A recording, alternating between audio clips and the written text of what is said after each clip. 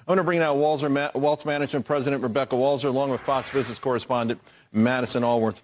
It's so funny today, Rebecca, that some of the solar stocks are higher, but they're like up from being down 87%. Like there's no real organic demand for any of this stuff. And so the money that's got to be thrown at this is really, no one asks. None of the moderators say, how would you pay? You're going to give everybody 50 grand for this, 60 grand for that. I mean, how do we pay for any of this stuff? My stomach was turning because all I heard you was a list of $6,000, for child credit, $50,000 business tax extra. I'm like, has anyone even mentioned the $35 trillion of debt that we have, the $10 trillion that we basically fiscally stimulated with coronavirus? And that wasn't even mentioned, Charles. No one pressed her on how are we going to afford this. And it's just unacceptable that we didn't get those answers. So right. I hope they have another debate because there's a lot more answers she needs to give. But Madison, folks who aren't necessarily in tune with the economy, all those goodies sound good. Of course. I mean, it's everything that Americans want to hear. We are struggling with housing. We are struggling with businesses. But money doesn't come for free, and that's how we got ourselves into this inflationary environment, spending, spending, spending.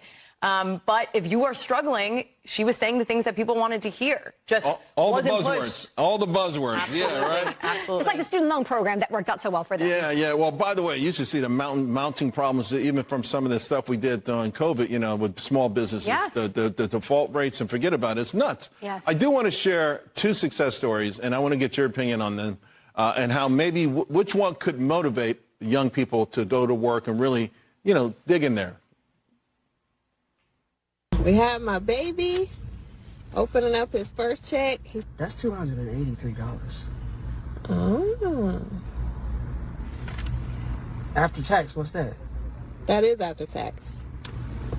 Hey, you got some money. Shoot. That's hard. All right, bet. Let's take it to the bank then. I had a tear in my eye when I saw Wow. that. It reminded me of my first check and my mom. So I also saw yesterday a headline that gave me a little bit mixed emotions. Selena Gomez is now a billionaire thanks to her beauty brand. And Madison, I love both stories.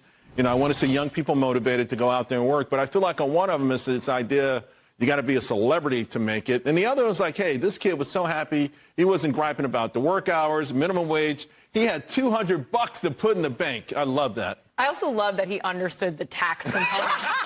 That is hard when you get it and you're like, oh, how much is the government taking? I want to give you a counter, though, to Selena, because I think there is a good angle to that, too, Charles. So she's a billionaire, not because she's a celebrity from acting, but because she started a business. Yes. Her beauty brand is the reason why she's making that money. Right, but I'm just saying the brand wouldn't, It wouldn't exist. But it used to be, I want to be in Hollywood so I can make this money on screen. Right. And these Hollywood stars are now showing. They've gotten smart. They've gotten smart. Whether it's the Hollywood stars, even some athletes we see with, was it Ryan Reynolds, the liquor companies and these vodka companies. So they're brilliant in the sense that, hey, I don't want to be the spokesperson. I want to own the company. Yeah. Yes. But everyone can't be a superstar that can translate that into a product. So I think the idea that this young kid is willing to work at Mickey D's and he's thrilled with what he's making. Yeah.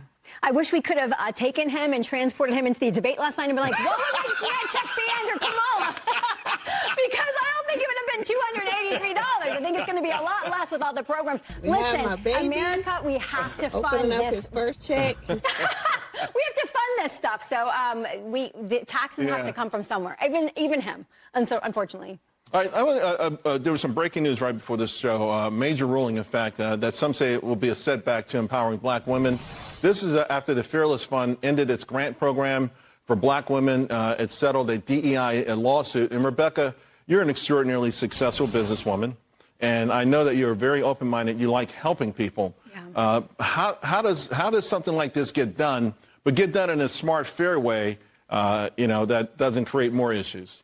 The thing that I like about Trump is that he's talking about bringing Elon Musk in for revamping and, basically cutting out the fat.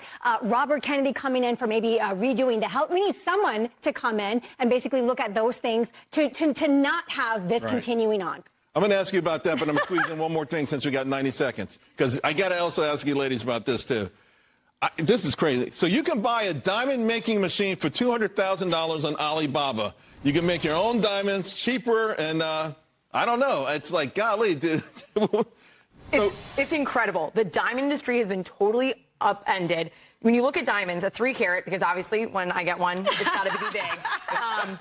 They're down 5% in cost in just 3 months. Wow. So the diamond industry is being upended. Anyone who's telling you, women out there, that no, it has to be less than a carat, there are so many options. You can buy your own machine and make it yourself. Right. And do you want the lab-grown one, though, Madison? I look, conflict-free is a good thing. Oh, yeah, that's true. But I do think value. My concern is I think diamond industry is going to collapse. I don't think the value of labs, I think they're already being sold for too much. So natural diamonds, if you will continue to be worth something. I don't think lab will be worth much. Yeah. But if it's shiny, if it's a shiny rock, it's a shiny rock. It reminds me of the actress Zsa Zsa Gabor. Someone asked, because she was divorced 8 times, if the engagement breaks